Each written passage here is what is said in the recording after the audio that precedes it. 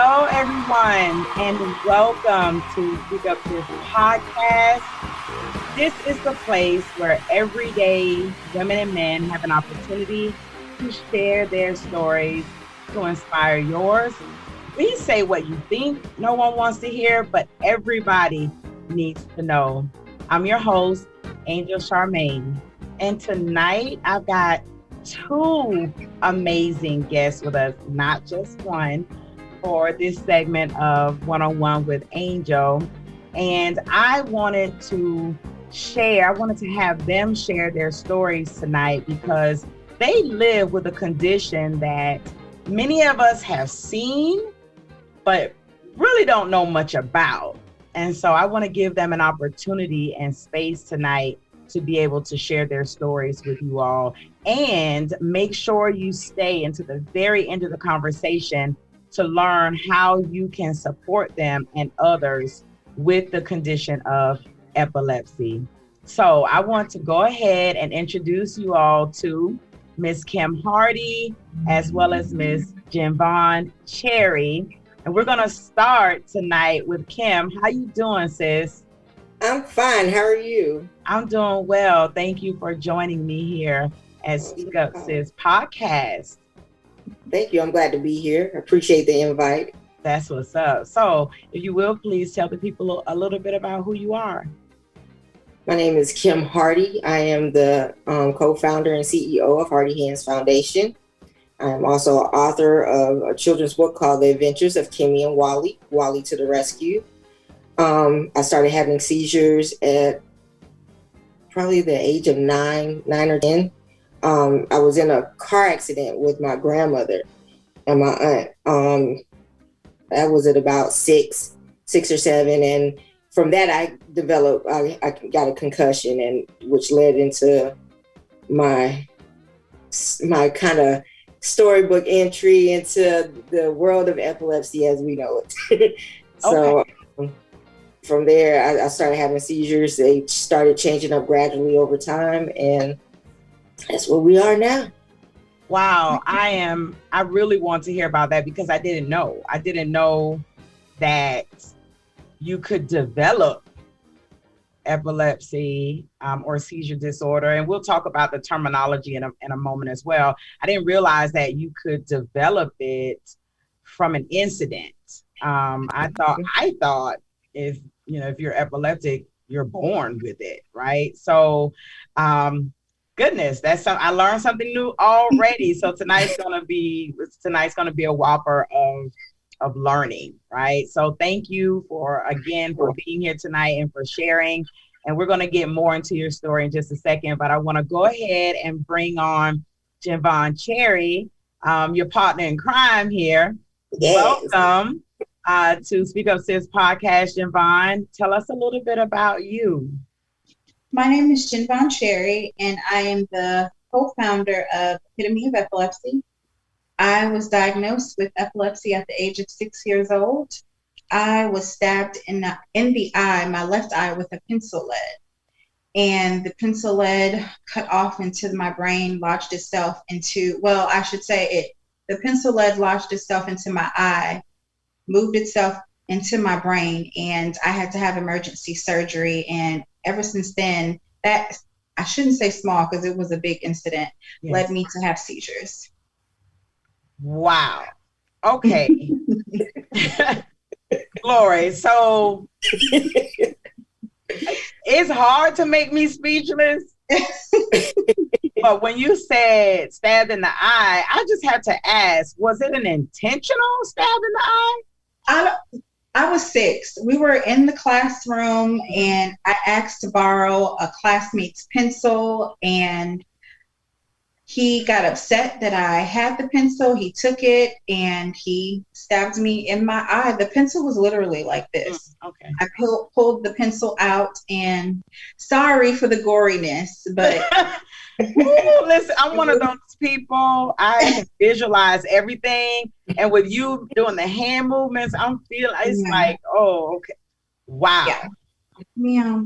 That's a whole other podcast on like anger management for 6-year-olds. Like get your life together. Your mom and daddy missed something. And it's crazy because that small incident changed my life forever. Forever. Forever. Wow. That's something else. So, all right, I'm gonna stay focused, because if you know anything about Angel Charmaine, Speak Up Sis podcast, well, we can get off on a tangent, but we're gonna stay focused tonight. Thank you again, ladies, for coming in and sharing. And I just want to say this for those of you who are watching us live on Speak Up Sis YouTube or Speak Up Sis podcast Facebook. Hey, and thank you for joining us tonight. But I want you to know I'm not going to spend a lot of time in the chat, because we have 30 minutes and I want to make sure that both of these women have ample opportunity to share their stories. So we will acknowledge your comments after the fact, but please, you can interact with us and we will interact with you after the live show. Okay. All right. So, Kim, we're going to start with you. If you will please share with us what it was like at the very beginning, being a kid who has this diagnosis. Did you understand what it was? Did it take you a little time? What was that process like for you? Well, I understood it because although the head injury triggered it, it's in my family. And my great uncle had seizures, but he was an alcoholic. So it was assumed that his alcoholism caused it until his grandson started having it. So for me, I knew and my grandmother was a former nurse, so we knew what seizures were. I was just misdiagnosed for years. They said it was because I was playing a video game at the time. I was playing Sonic Hedgehog, and everybody who's ever played Sonic, you know that the graphics are all over the place. But that entire day, I was moody and just all over the place. Like I couldn't get myself together. And so I went to my outlet. I started playing video games. And next thing I knew, I woke up in a pile of Legos. Wow. And I was also diagnosed with having ADHD, and I didn't have that. So that was pretty much it. So, if you will, please explain if there's a difference, or if the words can be used interchangeably, epilepsy and seizure disorder, because I think most of us recognize seizures, especially when it comes to diabetics. Right. And I remember being a little girl, and my cousin's aunt, she was a serious diabetic, insulin taking diabetic, and she had like a grand mal. It freaked me out. I didn't know what it was. I was a little girl, and I think the majority of us, that's what we think of, or that's what we know. Can you kind of shed some light on if there's a difference between epilepsy and seizure disorder? Are they the same thing? And even kind of talk a little bit about how epilepsy presents itself in your lives. You want me to take this one, Kim? Yeah, go ahead. So epilepsy versus seizures are two different things. Just because one person has a seizure doesn't mean that they initially have epilepsy. Epilepsy comes in the term of if you have 3 to 5 more seizures in a reoccurring occurrence, that means that you will be diagnosed with epilepsy. The difference, or what we see on TV, the grand mal seizures, that's not what Kim and I are experiencing. And honestly, that's not what a normal person that has epilepsy experience. We experience jerks, twitches of the eye, trembling of the hands, jerks of the body. And it doesn't have to be a full out grand mal seizure, but we can be talking, and if we're silent, that means a silent absent seizure is going on right there. So every seizure that you see on Grey's Anatomy or some type of show, that's not automatically what we describe as having epilepsy. Seizures come in different form. I've honestly ran across the church. And after I got done running across the church, I fell out into a seizure, 2 of them. So they can come in different forms. Okay. I think that's really good to know. Because like I said, I really think most people, that's what they think about. So if you will, please, JenVon, share how that journey sort of started with you and understanding what it is that you were dealing with, because like you said, it came from an incident prior to that. You weren't having this condition. So now all of a sudden you're dealing with this. What was that like for you as at that age, and then growing up having to live with the condition? I think for me, my seizures came in 3 stages. Being young, 6 years old, it was the fear of the unknown. Me nor my family knew what epilepsy, what seizures were. I stayed in the hospital for almost 4 months after my incident. Growing up in my teenage years, it was more of embarrassment. You didn't want to tell people that you had epilepsy or seizures because they thought that something was wrong with you. And that embarrassment led into my college years. But I grew confidence in myself to know that my walk may be different than yours, but I'm not going to be embarrassed of myself any longer. I'm going to use my voice to speak about my me nor my family knew what epilepsy, what seizures.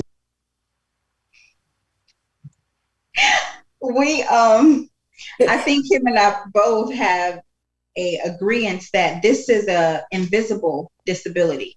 You may not be able to see it, or you may not even know that anything is wrong with Kim and I.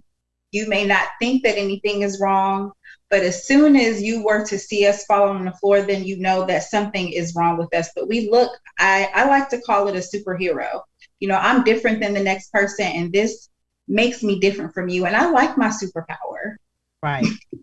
Right. I have a good friend. Her name is Naomi. She has a son. His name is Noah. And she taught me a term that I tell everybody now. Anytime I hear someone talking about disabilities or anything like that, or somebody being different or whatever term people like to use, I always remember that Naomi said, he is not disabled, or, you know, he is differently abled. And ever since she said that to me, that has really stuck with me, because when we think about it, it's just that people are just able to do things differently. It's not that he can't go run in a race. It's just that he participates in the race differently than other people would participate. And so for me, that term has really stuck with me. And I'm telling you, every time I hear somebody use another word, I'm like, let me share with you a term that a friend of mine shared with me. So I think that's a really good concept and understanding for people to have. So how did you two connect? At another epilepsy event, there's an organization in Atlanta, and we met at it was 2 events down there that we ran into each other at. So, and from there we just started the conversation. That was around the time I was starting HardyHandz. So, all right. So y'all just connected instantly. Yep. We were sitting at the same table, and it was just like, it was like fireworks. Our stories were similar. Our walk with epilepsy was similar, and we really just bonded. It's rare that you find someone that has the similar story to you. And both of us being Black women with epilepsy, we don't really see that. So we just automatically clicked. Okay. So you said why don't you see as many Black women with epilepsy? Does that mean they're You want to answer that, Kimberly? Yes, I do. Wait a minute, hold on a second. Those of you who are listening, you had to see that head twist neck thing she just did. Like, hold on, I need to say something about this. Please school us, sis. Why don't you see Black women with epilepsy? And it's not just Black women, it's Black folks in general, y'all, we got to start talking. We don't talk. We don't share our stuff. I mean, growing up, you know, it doesn't even have to be epilepsy. It could be about anything. Like, my family is from Winsboro, South Carolina. Winsboro and Blair, South Carolina. Very country. But we're down the road from each other. Yet we see each other all the time. We come from a very large family. And yet I did not know I had this many cousins walking the same journey I'm walking. Wow. Why? Because we don't talk. And you know, another thing, when we have organizations, they're normally, I don't know if I could say this, whitewashed, where you join organizations. You join these other organizations and you don't see people that look like you. And it's hard to be active when you are the only person of color and you are still treated differently, even though you are suffering from the same thing, but you're treated differently because of your skin. So, and that was another reason why Kimberly and I talked and was in agreement to make sure that we spoke about epilepsy in the Black community, because we as people, like she said, we sweep a lot of stuff under the rug. Right. But if the education is Black people, African Americans suffer with epilepsy at a higher percentage than any other race. Really? Yes. And sudden unexpected death syndrome is the highest rate in African Americans. We can die in our sleep from seizures. We can have a seizure and never recover. And these are things that we just want to make sure that we are talking about and making us aware of those things. Right. And so you decided to do that through HardyHandz Epilepsy HardyHandz, and I'm the co-founder of Epitome of Epilepsy. So we both have organizations, and we just really want to make sure that we are being voice for advocates of epilepsy.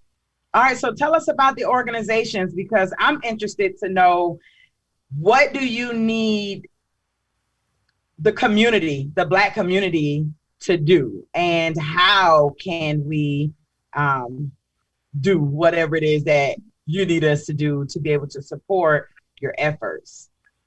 Go ahead, Kimberly. Okay. Well, okay. So of course, with nonprofits, I started about it's coming up on 4 years in November. And, you know, funding is mainly the goal, that, and just asking questions. Ask us questions. Let us educate you a little bit on what we go through. So, but that, just support, support financially, physically, everything, just support. So what JeVon, you no, what do you do in the foundation? So what types of activities do you do and things of that nature with the foundation itself? Okay, so right my biggest goal was the support group. I'm sorry, JeVon. My biggest goal was the support group, but we don't talk. So I have nobody to support in my group. So it sounds to me like the first thing is to get people who live with epilepsy to own that, and to stand up and say, hey, I'm here. I want to share this because I think it fits in this place. Just the other day, I was talking to a friend of mine. This is going to sound weird, but just no judgment. Okay. So we were talking, and she said to me, there was a little girl in the place where we were. She was with her mom and her dad. And she was differently abled visibly, okay, with some other types of issues and conditions, clearly. And so my friend was like, you know, it was so good to see her mom and her dad. They were so excited, and they were, you know, like talking about her, and they were showing her off and whatever. And she was like, she was not used to seeing that. And I was like, well, those are her parents, right? And she was like, no, where she's like, I'm just not used to that where I'm from. And she was trying to find the words to say it, but I knew exactly what she was saying. In the Black community, we're used to having a cousin or uncle or auntie or something that's different, and they're in the room, right? They're in the room, don't nobody go in, or whatever, and we tend to sort of lock away our people who are differently abled. Yep. And it's almost a shameful thing, right? For the parents to say that my child has this condition. We're talking about epilepsy now, but like you all said, I think it's kind of across the board when it comes to conditions that people don't think are normal or whatever. And we tend to be ashamed, lock our family members away, and we just not gonna talk about Uncle so-and-so or little Susie, whoever. And so I think what I hear you all saying is there's no need to be ashamed. Right. And we've created an organization, we created a foundation for you to have a voice. So we need you to come participate. Yeah. If you think about it, and JeVon will tell you, back in our great-grandparents' days, they used to lock people away in the mental institute for having seizures because they thought it was like a possession or you had spells. They call them spells. Right. So it's kind of a generational thing where the stigma is following, but it's 2021, y'all. Granted, some people's mindsets are still back in the day. Mm-hmm. You're not going to get locked away for saying I have epilepsy. Right. And we need to support each other because anxiety and depression is real with epilepsy. It's really real. And if you're by yourself, especially if you don't have family and a support system, let us in the epilepsy community be here to support you, because that's what we're here for. And that's why we're doing this. Mm-hmm. Well said. Thank you. So the first thing we need you all to do is to become a part of the community. Let me ask about allies. Do you all welcome people into the foundation, into the community that you're creating who do not live with epilepsy? How can they be a part of what you're doing, or can they be a part? Yeah, we have a lot of things coming up. We have a Talent Fest in November that we need volunteers for. Mm-hmm. And this is just to raise money for both of our foundations. But our big event is our fashion show next year, mm-hmm. Painting South Carolina Purple. Mm-hmm. And we really would welcome volunteers to help us participate in this fashion show and the Talent Fest. I mean, it's all just about supporting. Even if you don't live with a ability, we still want you to come out and show some support. That's what's up. Tell us about the other organization that you said you co-founded. Epitome of Epilepsy. Yes. Tell us about Epitome of Epilepsy. I co-founded Epitome of Epilepsy with Kimberly. We're based here out of Charleston, South Carolina. And my goal is to make sure that people like me aren't afraid to be voiceless. I want to make sure that I'm spreading awareness to African Americans who live with epilepsy, that the journey may not look easy, but you can carry it with confidence, prayer, faith, and with a great support system, you can get through anything. And this is why we formatted this type of platform, because we wanted people to make sure they had a comfortable space to come to. That's what's up. What about your support systems? Do the two of you have solid support systems outside of each other? Oh, yeah. I think for me, my mom and my brother, she didn't know anything about epilepsy in the 80s, but that woman, she wouldn't have made anyone think of me that I was different. Mm-hmm. I was active. She refused to let me have the stigmas of what doctors told me that my life would pan out to be. She wasn't going to have that. She's the best person ever. That's what's up. Ain't nothing like a mama. Nothing like a mama. Man behind, listen. Nothing. What about you, Kim? Same. I like I said earlier, I come from a big family. Mess with me if you want to. I'm not responsible for the 565 people that's gonna come behind me. Oh yeah, my goodness. my family and my close circle of girlfriends. Yeah, I'm good, and my church family. My church family's been hugely supportive because they kind of witnessed it. Right. As I went through my seizures, my last bout with my seizures, I was having them in my sleep, and that was a struggle right there. Right. Not many people know, but you all know because I shared with you prior. But not many people know that one of my sons